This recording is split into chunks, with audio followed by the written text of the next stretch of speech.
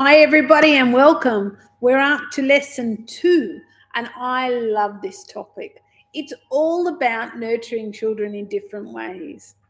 It's about doing things just a little bit differently.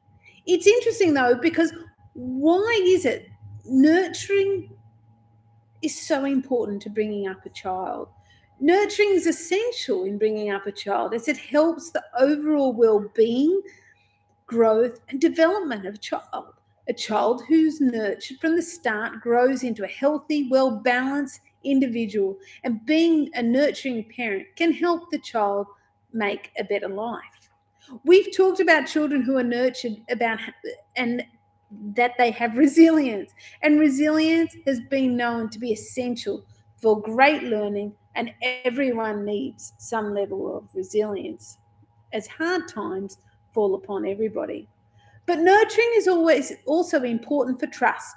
Impounding trust starts right from the time your infant is first born.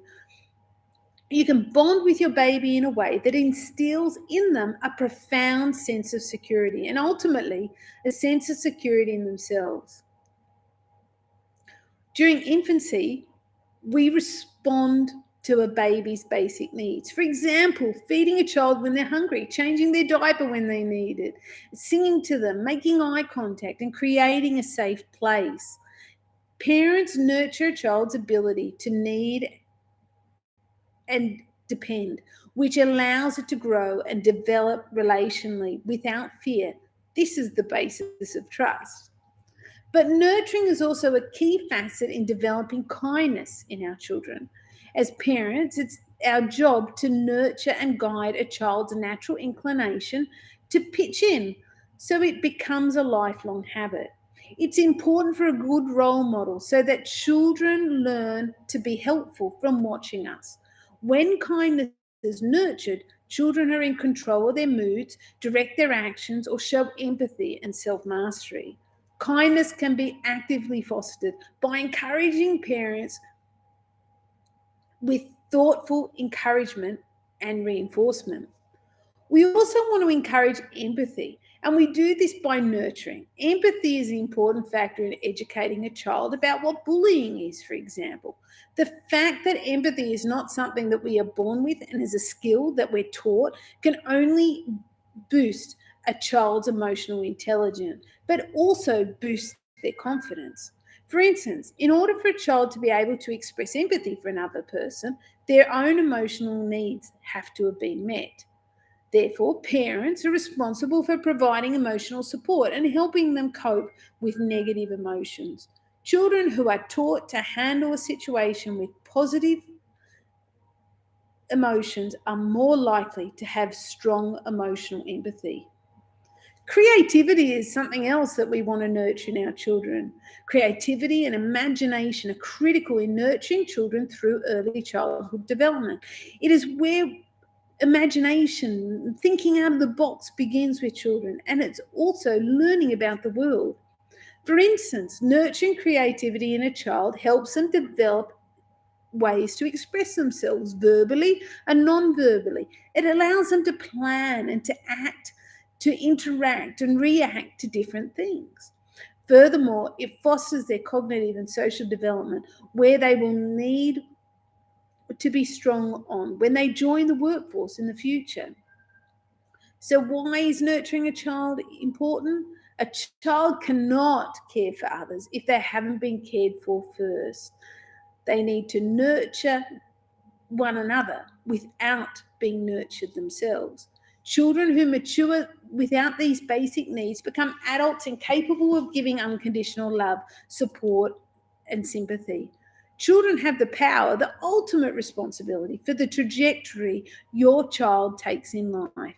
They have everything they need to give your baby what they need.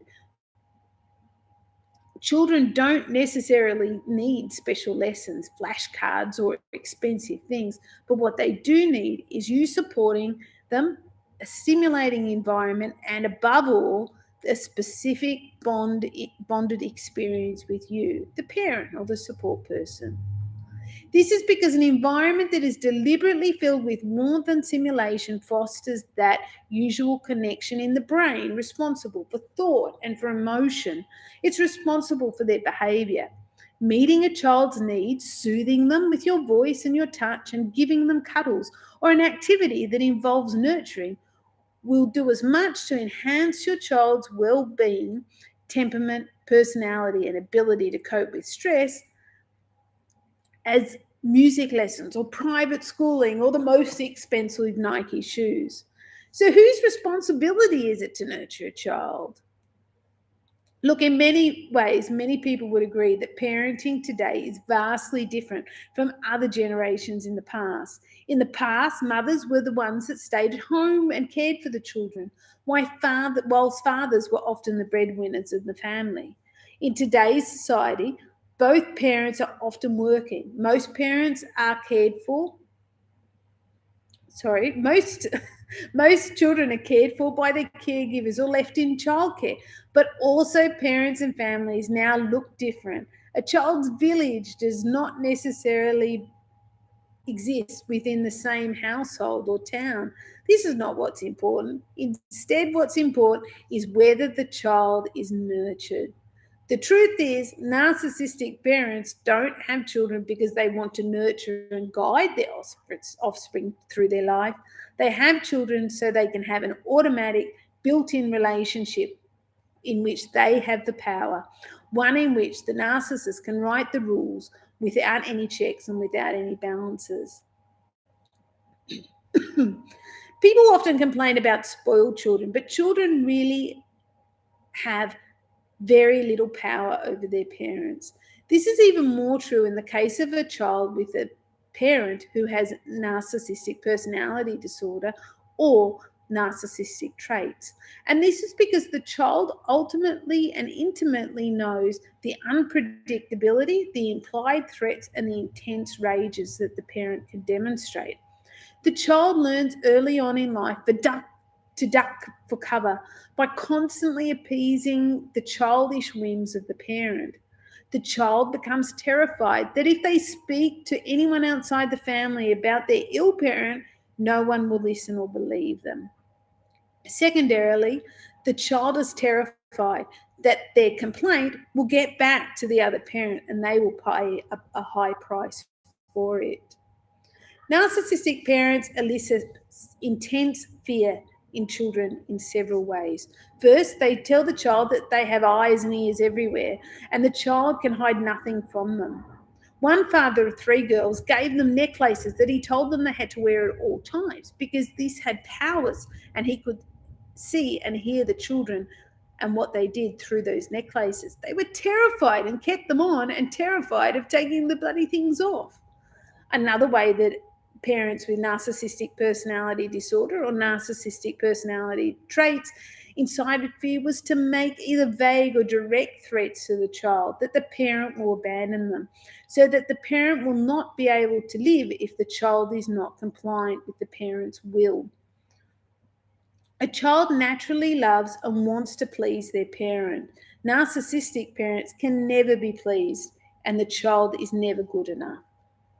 The child victims of narcissistic parents or parents with narcissistic personality traits are simply there to supply the parent with the admiration and ego boosting reassurance. The parent needs the child to adore and agree with them always, something the child gets very skilled at doing when in the presence of the parent. As the other parent, however, the parent who is co-parenting with the narcissist, you must remember you cannot change the narcissist. You can only control what you do and how you react, and it is in your control to nurture your child and support them. This is what's essential for you to keep at the forefront of your mind. Bye.